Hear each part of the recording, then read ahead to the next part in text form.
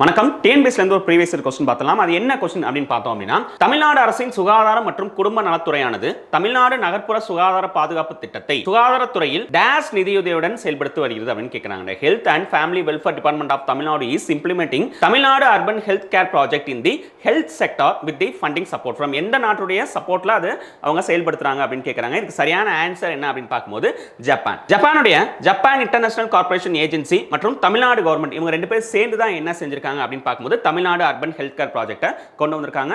இதே இது next question அதே மாதிரி கொஸ்டின் என்ன கேட்டிருக்காங்க அப்படின்னா, அந்த ஸ்கீம்ல பாத்தீங்க அப்படின்னா தமிழ்நாடுடைய கான்ட்ரிபியூஷன் எவ்வளவு, அதே மாதிரி ஜப்பானுடைய கான்ட்ரிபியூஷன் எவ்வளவு அப்படின்னு கேட்டிருக்காங்க. இதற்கு சரியான ஆன்சர் என்ன அப்படின்னு பார்க்கும்போது 85% ஜப்பானும் 15% தமிழ்நாடு கவர்மெண்ட்டும் என்ன செய்றாங்கன்னா கான்ட்ரிபியூட் பண்றாங்க. இந்த ஒப்பந்தம் அப்படிங்கும்போது 2016ல ஜப்பானோட அவங்க போடுறாங்க. 7 வருஷம் ஓகே, அதாவது 2023 வரைக்கும் இந்த ஒப்பந்தம் இருக்கும் அப்படின்னு அவங்க சொல்லியிருக்காங்க. உங்களுக்கான கொஸ்டின் என்ன அப்படின்னா, அண்ணா மறுமலர்ச்சி திட்டம் எந்த வருஷம் கொண்டு வந்தாங்க அப்படின்னு எனக்கு கீழே கமெண்ட் பண்ணுங்க. தேங்க்யூ.